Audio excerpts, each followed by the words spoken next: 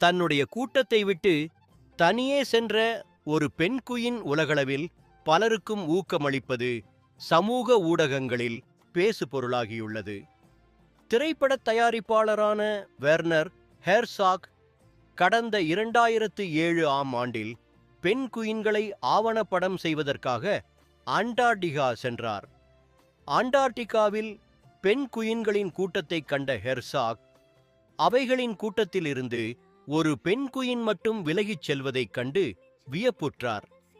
தனது கூட்டத்தினை விட்டுவிட்டு 70 கிலோமீட்டர் தொலைவில் இருந்த மலைப்பகுதியை நோக்கி அந்த பெண் குயின் நடக்கத் தொடங்கியது.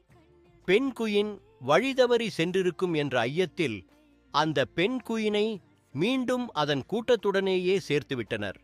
இருப்பினும் மலைப்பகுதியை நோக்கியே பெண் குயின் சென்றது. தொடர்ந்து உணவுப் பொருள்கள் மூலம் பெண்